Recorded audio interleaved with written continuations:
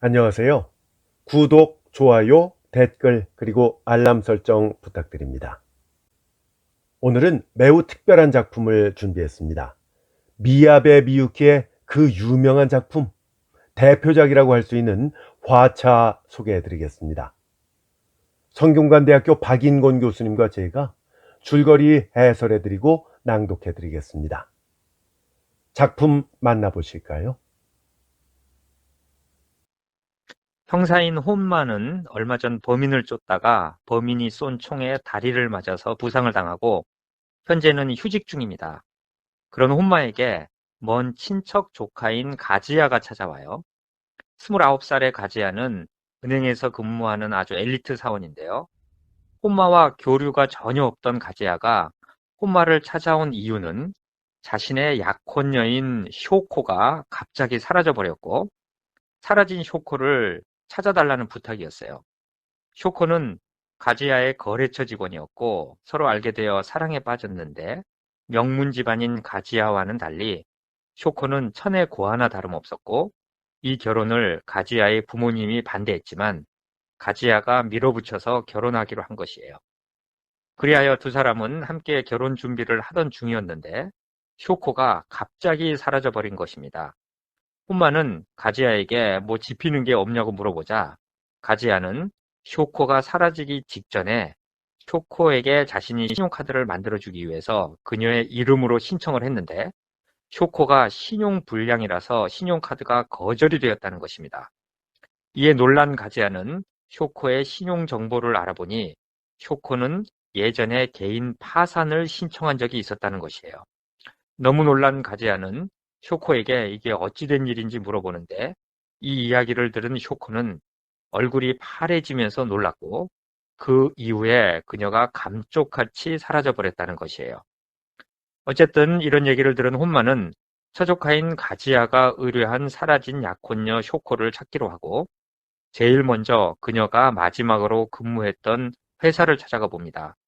아주 조그마한 영세한 회사였는데 쇼코는 그곳에서 타이피스트로 일했고 그곳에서도 갑자기 쇼코가 출근하지 않아 당황해하고 있었어요. 그리고 회사 사장은 쇼코가 엄청난 미인이었다고도 말을 해줍니다.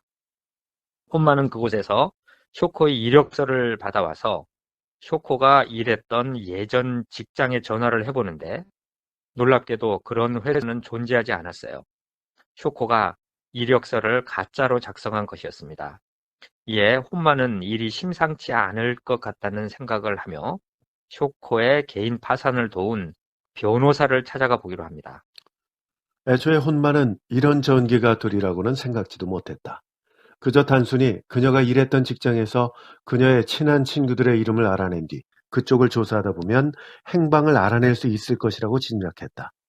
그녀는 가지아의 추궁을 받자마자 사라져버렸고 돈을 어느 정도 가져갔다고 해도 심정적으로는 맨몸이나 마찬가지일 테니까 틀림없이 친구에게 의지하고 있을 것이라고 확신했던 것이다. 그러나 그녀가 자신의 과거를 숨기려고 발버둥 쳤다는 사실을 안 이상 설령 실종 전에 그녀가 친하게 지냈던 친구나 아는 사람을 알게 된다 해도 별 도움이 되지 않을 것이라는 생각이 들었다.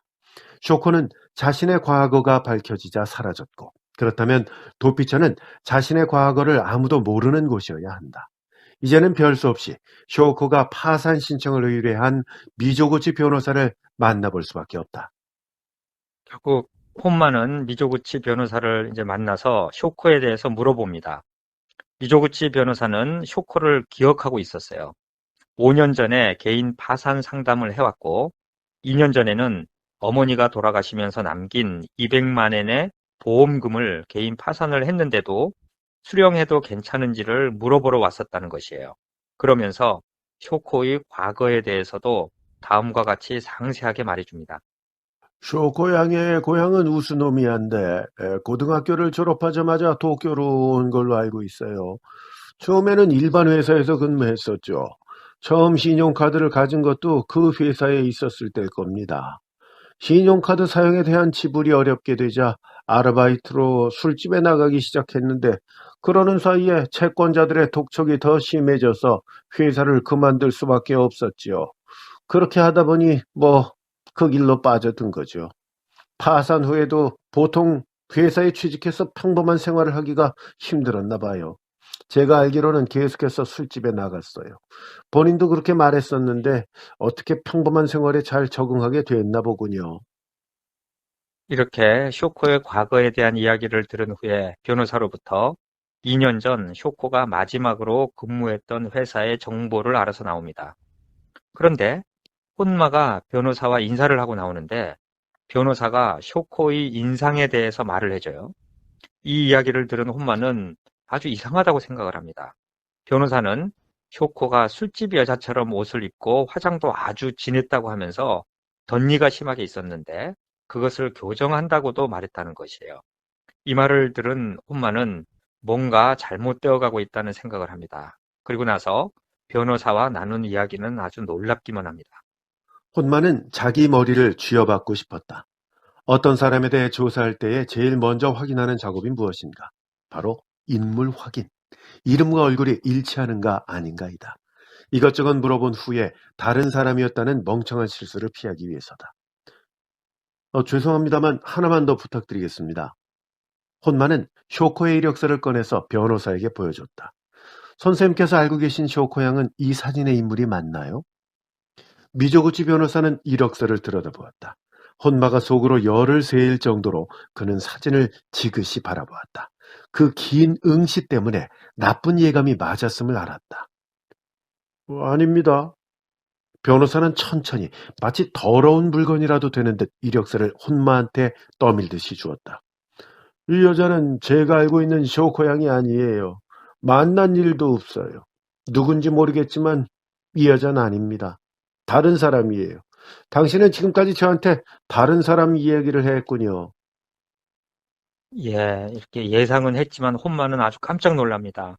쇼코가 마지막으로 일했다는 회사에서 받아온 이력서에 붙어 있는 사진은 개인 파산을 신청한 쇼코와는 완전히 다른 사람이었던 것이에요. 이게 도대체 어찌된 일일까 아주 궁금한데 혼마는 혼란스럽기만 해요.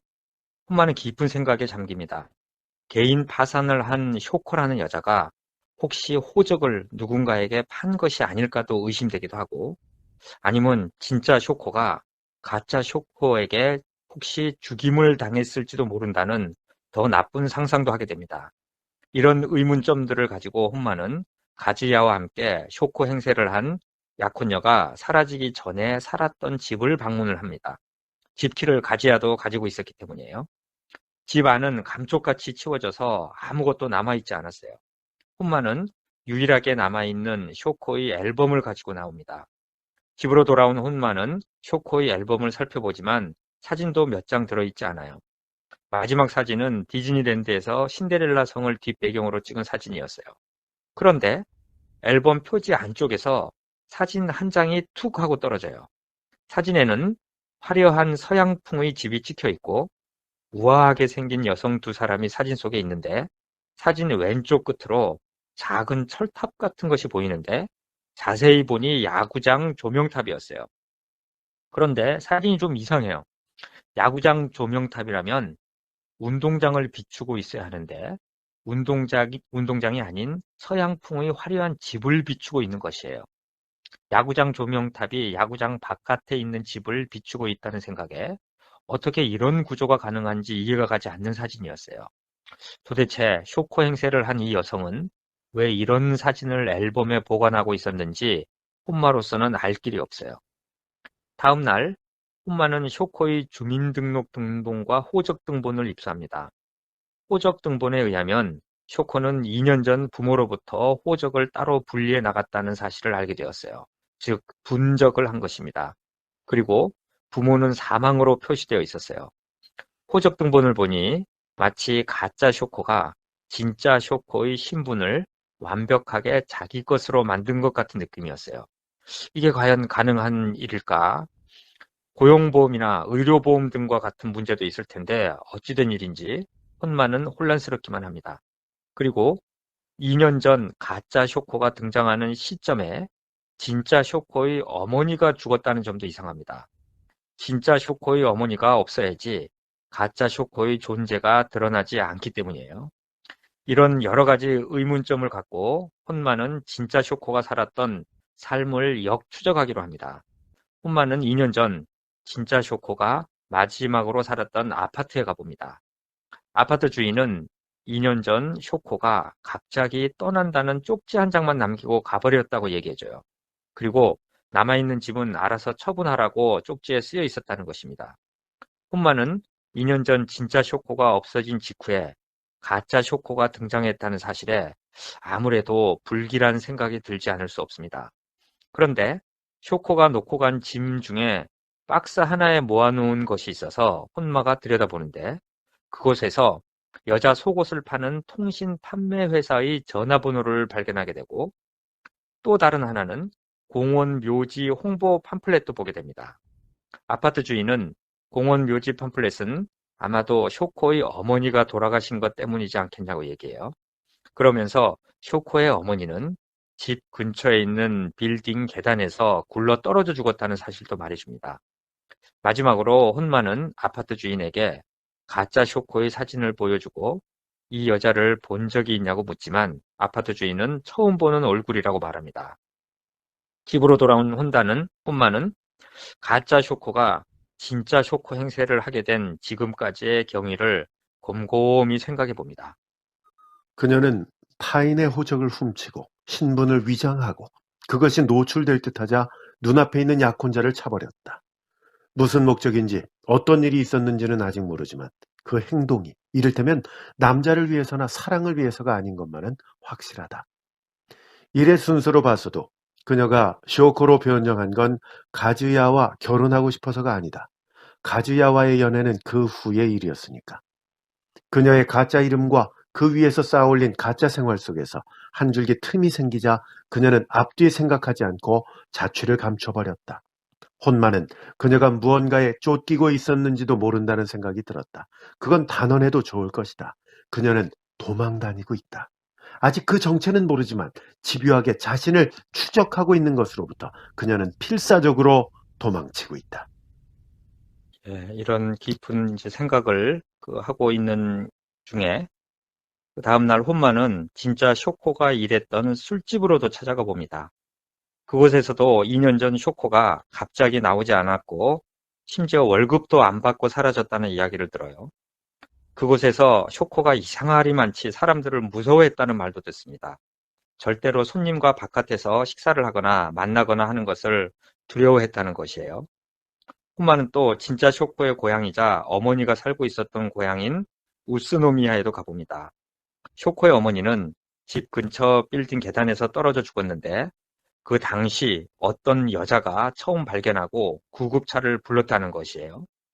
혼마는 혹시 그녀가 가짜 쇼코이고 그녀가 진짜 쇼코의 엄마를 살해하지 않았나 하는 의심의 마음이 피어나는 것은 어쩔 수 없어요.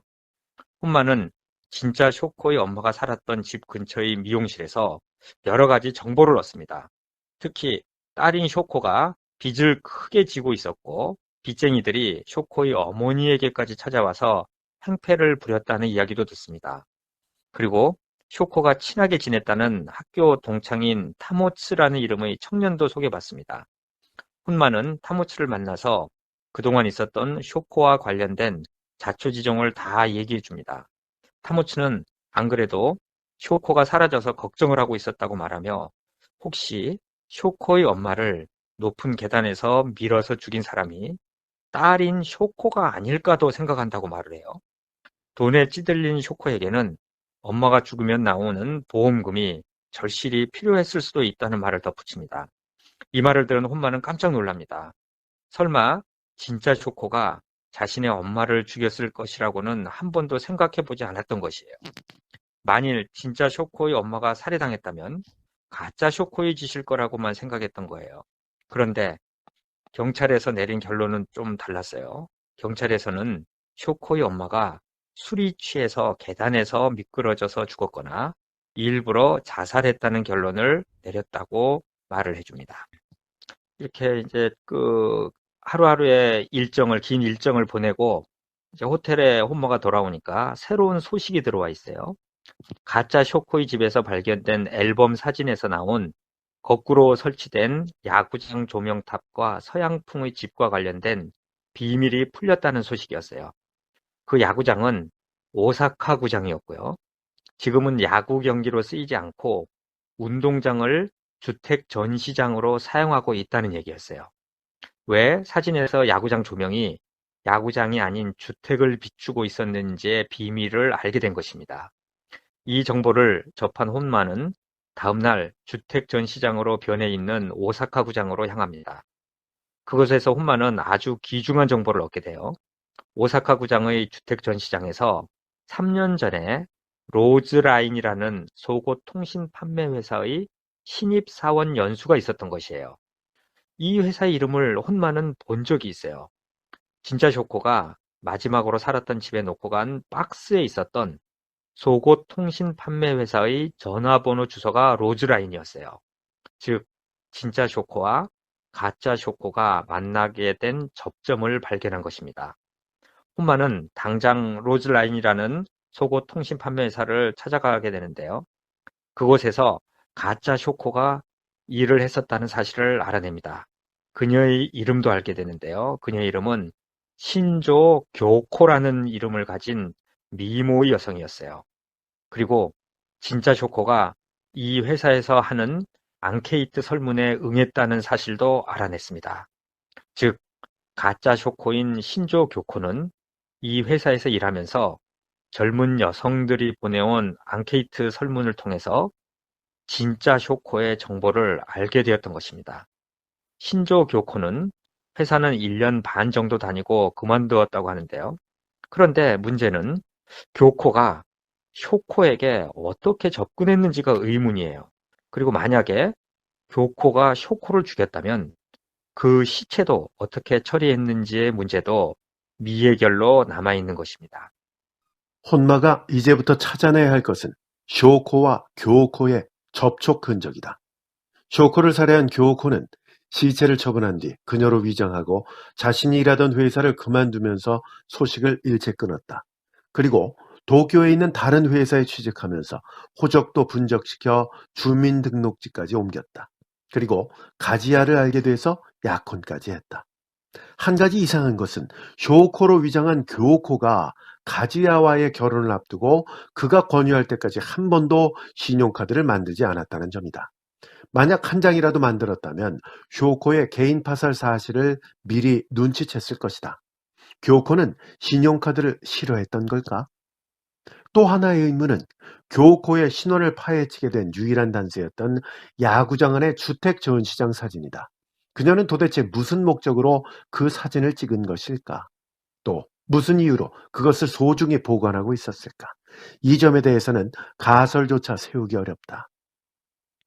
이런 의문점들을 품고 다음날 혼마는 쇼코가 근무했던 술집에 가서 쇼코와 친하게 지냈던 호스티스를 만나서 쇼코에 대해서 자세히 물어봅니다. 그 친구가 말하기를 쇼코는 돈도 없고 학력도 없고 능력도 없고 얼굴도 아주 예쁘지 않았지만 화려한 삶에 대한 동경이 있어서 신용카드로 쇼핑이나 여행 같은 곳에 돈을 물쓰듯 사용했다는 것이에요. 요즘 젊은이들 중에는 성형에 미쳐 있거나 다이어트에 미쳐서 자신이 감당할 수 없는 돈을 신용카드를 이용해서 해결한다고도 말해줍니다. 쇼코도 그런 삶이 자신이 꿈꾸던 삶이라는 착각에 빠져서 살았다는 말도 덧붙입니다. 그런데 그녀는 쇼코가 자신과 살 때 어머니가 돌아가시면서 나온 보험금으로 묘지를 사려고 견학도 갔었다는 말을 해줍니다. 그리고 견학을 다녀온 쇼코가 견학 가서 만난 자기보다 어린 여자와 친해졌다는 말을 들었다고도 합니다. 이 말을 들은 혼마는 눈이 번쩍 뜨입니다. 묘지 견학을 가서 만난 그녀가 교코일 거라는 감이 옵니다. 혼마는 당장 묘지 홍보 팸플릿에 나와 있는 주소로 찾아가서 확인을 한 결과 그곳에서 쇼코와 교코가 함께 찍은 사진이 있는 것을 확인하고 드디어 두 사람이 어디서 만났는지를 알게 됩니다. 다음 날 혼마는 잡지사 기자가 조사해온 미해결 토막살인 사체 유기 사건에 대한 자료를 읽어보고 있습니다. 여러 건의 토막살인 사체 유기 사건 중에서 이것이 아닐까 하는 사건이 하나 있어요. 1990년 5월 5일 어린이날에 니라사키시에 있는 공동묘지 근처에서 젊은 여성의 것으로 추정되는 왼쪽 팔과 몸통, 그리고 양 무릎 부분이 발견이 되었어요. 이미 부패가 진행 중이었고 부분적으로 뼈가 튀어나와 있었지만 왼쪽 손가락에 칠해진 빨간 매니큐어를 알아볼 수 있었다고 합니다. 혼마는 직감적으로 이거구나 하고 느꼈어요. 무엇보다 시기적으로 딱 들어맞습니다.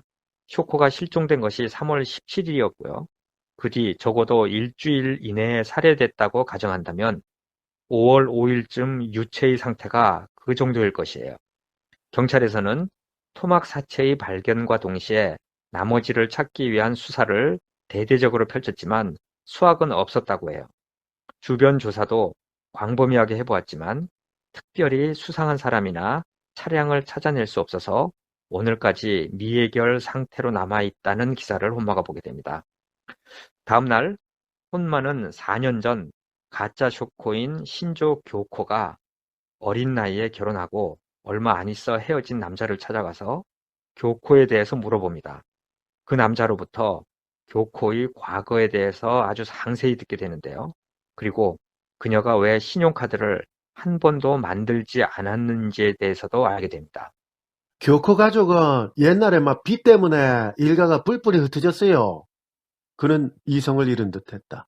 희미하게나마 목소리가 광기에 차 있었다. 막 주택 대출을 갚을 수가 없어가 온 가족이 고향에서 야반도주를 한 겁니다. 교코가 저랑 이혼한 것도 그 때문이에요. 혼인신고를 하면 교코의 고향 구청에서도 그 사실을 알 수 있지 않습니까? 정말 질긴 사람들이었어요. 후쿠시마의 채권자들이 막 그걸 체크해가 여기까지 쳐들어왔거든요. 교코 가족이 야반도주를 한 것이 1983년 봄이었다니까 그 시점에서 벌써 4년이나 지난데도 말이에요. 막 그 사이도 착착 금리가 붙어가 기가 막히게 액수가 불어나 있더구만요. 그걸 갚으라고 막 한바탕 소란을 피워댔지요. 그래서 결국은 헤어진 겁니다. 교코의 아버지가 무리해가 대출을 받아서 집을 샀고 막 이자를 감당하지 못해서 결국 사채를 쓰게 됐고 그 결과 조직 폭력배가 막 배후에서 조종하고 있는 악질업자에게 붙잡혀가 대부분의 빚이 거기로 모인 것 같습니다. 한밤중에도 막 대문 두드리고 창문 부수고 협박하고 막 아버지 회사에도 찾아오고 막 친척 집에까지 쳐들어가고 돈을 갚으라고 위협하고 막 결국 그 어머니가 막 노이로제 걸려서 온 가족이 뭐 자살할 생각도 했다 하지요. 교코도 기막힌 꼴을 많이 당했고요. 두 사람은 같은 족속이었다. 순간 혼마의 뇌리를 스친 것은 바로 그 말이었다. 쇼코와 교코 두 사람은 같은 괴로움을 짊어지고 살았던 거다. 같은 것에 쫓기고 있었던 것이다. 이 얼마나 잔인한 일인가. 이 두 사람은 동족끼리 서로 잡아먹은 것이나 다름없다. 이제야 모든 것이 이해가 된다. 교코가 왜 새로운 신분이 필요했는지, 왜 그렇게 주도 면밀하게 다른 사람이 되려고 했는지. 예, 이렇게 이제 혼마는 점점 그 두 사람의 실체에 대해서 특히 가짜 쇼코, 교코의 실체에 대해서 알아나가고 있습니다. 그리고 또 계속해서 교코의 과거를 추적해 나갑니다. 그녀의 과거를 알아나가면 알수록 어린 나이에 이렇게 비참한 삶을 살기도 어렵다는 생각을 하게 됩니다. 아버지와 엄마는 야반도주했지만 결국에는 사채업자들에게 붙잡혀서 끔찍한 삶을 살다가 죽게 되었고, 교코도 사채업자들을 무서워하며 살아왔던 것이에요. 어디서든 인정받는 미모의 성실한 젊은 여성이었지만 어디에서든 변하지 않았던 것은 그녀가 도망자였다는 사실입니다. 조직폭력배에게 잡혀 지옥 같은 생활을 했던 시기조차도 그녀는 불공평한 운명으로부터 도망치려고 했던 도망자였어요. 만약 그녀가 도망치기를 포기했더라면 지금 같은 일은 결코 일어나지 않았을 것입니다. 하지만 그녀는 포기하지 않았어요. 계속해서 도망치고 있었어요. 그리고 세킨의 쇼코의 신분으로 갈아타는데 성공해서 이제 더 이상 도망칠 필요가 없다고 생각했건만 그녀는 지금 또다시 도망자가 되었습니다. 어떻게든 하지 않으면 평생 이 운명에서 도망칠 수 없다고 생각해 행동한 것인데 결국 아무것도 변하지 않았어요. 마음속으로 혼마는 이렇게 중얼거립니다. 신조 교코, 자네도 이젠 지쳤겠지. 나 역시 몹시 지쳐서 기력이 딸린다네. 이제 여기서 그만 멈추는 것이 어떨까? 자네 역시 영원히 도망 다닐 수는 없지 않은가? 혼마는 교코가 어디 있는지를 알아야 하는데 그녀는 자취를 감추고 나타나지 않고 있기 때문에 벽에 부딪힙니다. 그런데 교코가 쇼코의 정보를 회사 앙케이트 데이터를 통해서 얻었다는 것을 생각해내고 혹시 교코가 앙케이트 데이터에 나와 있는 또 다른 인물을 희생양으로 삼아서 신분 세탁을 하지 않을까 하는 데까지 생각이 미칩니다. 그리고 오랜 노력 끝에 결국 교코가 그 데이터에 나와 있는 또 다른 누군가와 접촉하고 있다는 사실을 알아냅니다. 그녀의 이름은 고즈에라는 여성이었고 교코 또래였어요. 그녀의 정보도 그 회사 앙케이트 데이터에 나와 있었어요. 그녀는 이번 주 토요일에 긴자에 있는 이탈리안 레스토랑에서 교코를 만나기로 했다는 사실을 드디어 혼마가 알게 됩니다. 드디어 토요일 날 식당에 형사들이 몰래 잠복하고 혼마도 근처 테이블에 자리를 잡았어요. 드디어 교코 그녀가 문으로 들어옵니다. 틀림없는 그녀다. 머리 모양은 약간 변해 있었다. 귀 밑까지 단정하게 자른 머리카락 아래로 반짝반짝 빛나는 귀고리가 보일 듯 말 듯했다. 날씬하게 뻗은 다리를 우아하게 움직이면서 테이블과 테이블 사이를 빠져나가는 그녀는 웨이터들의 시선에도 당당하고 아름다웠다. 그녀는 발을 멈추고 잠시 주위를 둘러보았다. 이만큼 떨어진 거리에서도 그 모양 좋은 콧날과 새초롬한 듯한 단정한 입술, 살며시 홍조가 도는 볼을 잘 볼 수 있었다. 고뇌의 빛도 고독의 그림자도 전혀 엿볼 수가 없다. 그녀는 너무나도 아름답다. 교코는 고지혜를 찾았는지 살짝 고개를 숙였다. 그래, 그들은 첫 대면인 것이다. 교코는 고지혜를 알고 있겠지만 고지혜는 그녀를 모른다. 혼마는 고지혜를 보았다. 다행히 고지혜도 반듯한 태도를 취하고 있었다. 결코 혼마나 형사를 쳐다보지 않았다. 그녀는 지금 가볍게 허리를 일으키면서 살며시 고개를 숙이고 있다. 교코가 그녀의 테이블 쪽으로 다가갔다. 서로 인사를 나누고 고지혜가 상대를 올려다보고 겨우 웃었다. 교코는 코트를 벗어서 옆좌석에 걸치고는 가방을 놓았다. 그리고 고지혜의 반대편 의자에 자리를 잡았다. 하얀색 스웨터를 입고 있다. 목 부분에는 털 장식이 달려있다. 그녀가 의자를 끌어당겨 앉자 털 장식이 우아하게 흔들렸다. 교코는 혼마에게는 등을 돌린 채 앉아있다. 그녀가 손을 움직였을 때 어느 쪽 손에도 반지가 끼어있지 않은 것을 알았다. 가지아에게 받은 사파이어는 지금 어디에 있는 것일까? 이미 끝나버린 과거일 뿐인가? 자네한테는 의미를 상실한 과거의 남자인가? 웨이터가 메뉴를 들고 다가갔다. 교코가 그것을 받았다. 고지에도 함께 메뉴를 펼치고 있다. 무슨 말을 했는지 두 사람이 웃고 있다. 이 사치스러운 공간에 어울리는 그저 사교적인 웃음이다. 고지혜의 웃음에는 어색함이 엿보였지만 교코는 전혀 눈치채지 못하고 있다. 혼마는 자리에서 일어났다. 형사도 반대편 자리에서 일어나 천천히 이쪽으로 오고 있다. 그렇지만 혼마는 그 자리에서 움직일 수가 없었다. 고지혜를 향해 고개를 끄덕이며 무슨 이야기인지 끊임없이 말을 걸고 있는 신조 교코의 뒷모습을 바라보고만 있었다. 어쩌면 저렇게 자그마하고 화사할까? 겨우 찾아냈다. 드디어 그녀를 만난다. 고지혜는 약속대로 현명하게 처신하며 이쪽을 보지 않으려 하고 있었다. 교코의 귀고리가 빛을 내며 흔들거리고 그녀의 가느다란 어깨가 즐겁게 움직인다. 너무 커서 눈에 들어오지 않았던 표식을 발견했을 때처럼 신선한 놀라움을 느끼면서 혼마는 생각했다. 무엇을 물을까는 문제되지 않는다. 나는 자네를 만나면 자네의 말을 듣고 싶었던 것이다. 지금까지 누구한테도 들려주지 않았던 이야기를. 자네 혼자서 힘겹게 등에 짊어지고 왔던 이야기를. 도망다녔던 세월 속에서, 숨어 지냈던 세월 속에서 자네가 비밀리에 쌓아왔던 이야기들을. 시간이라면 충분히 있다. 신조 교코, 그녀의 어깨에 손을 얹었다. 예, 이렇게 끝이 나는 거죠. 이렇게 이 책 마지막 부분입니다. 네. 이렇게 끝이 나는 이게 게, 참 긴 책이죠. 예, 아주 긴 책이고, 이게 네. 제가 이제 보면서 느낀 네. 게 몇 가지가 있는데, 근데 첫 번째, 아이고, 그, 어디, 경상도 사투리를 그렇게 잘하실 수가 있는지. 아니, 이게 저 경상도 분들이 들으면 아니요. 불쾌하게 생각하십니다. 네. 딱 그런 목소리에 내주는 게 딱 좋은 역이거든요. 그 역할이, 남편 아니, 역할이. 그러니까 아이고. 제가 목소리를 이렇게 완벽하게 차이나게 예. 이렇게 연기를 못하기 때문에 사투리를 약간 동원한 겁니다. 근데 경상도 살아 보셨나요? 아니요, 어떻게? 아니요. 저 경상도 사시는 분들께 아니신데. 다시 한번 아이고, 정말 아주 심심한 사과의 이렇게 말씀. 들으면서 막 그냥 이게 소름이 돋을 정도로 재밌게 들었고요. 자, 이 끝은, 소설의 끝은, 원작의 끝은 이렇게 맺어지는데, 한국에서 만들어진 화차의 영화, 그 끝이 다릅니다. 다르다고 예. 말씀하셨잖아요. 어떻게 되죠? 사실 이제 제가 보면서 네. 이게 여성 작가잖아요. 네. 그러니까 확실히 여성 작가의 아주 섬세함이 있더라고요. 그래서 사람들이 왜 좋아하는지 알겠다. 제가 이번에 읽으면서 이제 알았는데, 미미 여사.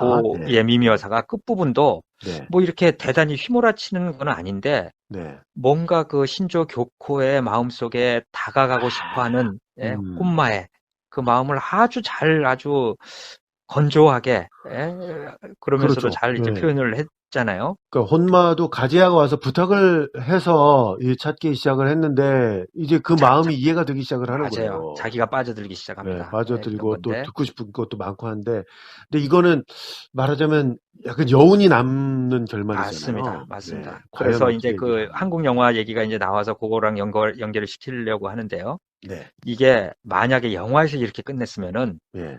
약간 싱거워. 싱거워요. 심심해요. 교수님이 정말 안 좋아하는 스타일로 영화가 끝날 뻔했죠. 맞아요. 이게 뭐야 이제 이래버릴 뻔했는데, 네, 확실히 한국 영화에서는 이제 어떻게 끝나냐면은 마지막에 이 교코가 네. 도망을 가요. 김민희. 예, 김민희 씨인데 이제 용산역입니다. 근처가 거기가. 그러니까 막 추격전이 펼쳐진다는 말이죠. 추격전이 아주 치열하게 펼쳐집니다. 네. 그래서 도망을 가다가 결국 교코가 뛰어내립니다. 높은 데서 뛰어내려서 이제 용산역 역사에서 뭐 철길로 아주 뛰어내리는 이제 장면이 나와요. 예. 아주 비참하게 그것도 막 죽은 모습까지 이제 보여주는데, 거의 내용은 뭐 비슷하지만 결말이 다른 건가요? 맞습니다. 예. 중간중간에 약간씩 뭐 설정도 다르긴 하는데, 물론 이제 배경이 여긴 일본이고, 그렇죠. 한국 영화는 한국이. 예, 맞아요. 배경이. 그러니까 이 영화는 누가 주인공이냐면은 네. 이 혼마도 주인공이지만 네. 가지야 이선균 씨가 했었죠. 예, 그래서 가지야가 더 많이 나와요. 혼마보다도. 근데 이제 이 소설에서는 원작에서는 혼마가 주로 찾는 거죠. 가지야는 거의 안 나와요. 네. 혼마가 나오는데 그런 것도 좀 다른 거지만 마지막 부분이 아주 달랐고, 저는 한국 영화 마지막 아주 마음에 들어했어요. 네. 이게 500페이지가 넘는 500페이지 가까운 책을 이렇게 스포일러 버전으로 꾸미시는 것도 상당히 힘든 일인데 교수님 애 많이 쓰셨고요. 그나저나 저희 방송 역사상 최초로 한날 방송에 2가지를 다 스포일러를 하셨네요.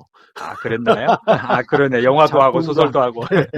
그러네요. 영화도. 네. 근데 저희가 어차피 스포일러라는 걸 다 뭐 미리 말씀을 드리고 방송을 했기 때문에. 그럼요. 예. 같고요.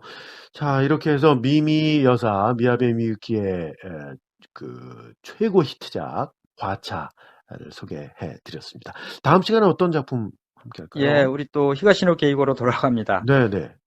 추리 소설가의 살인 사건이라는 작품이고요. 추리 소설가의 살인 사건. 단편집입니다. 그렇군요. 근데 이 제목 자체는 일본어로 된 원작 제품은 살인 사건, 추리 작가의 고뇌 뭐 이런 식으로 되어 있네요. 예.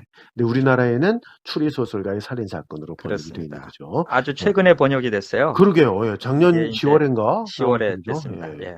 이 책을 그럼 다음 시간에 다음 작품으로 소개를 해드리겠습니다. 성균관대학교 박인공 교수님과 함께했고요. 저는 아나운서 원기범이었습니다. 교수님 감사합니다. 안녕히 계세요. 애청자 여러분 안녕히 계십시오.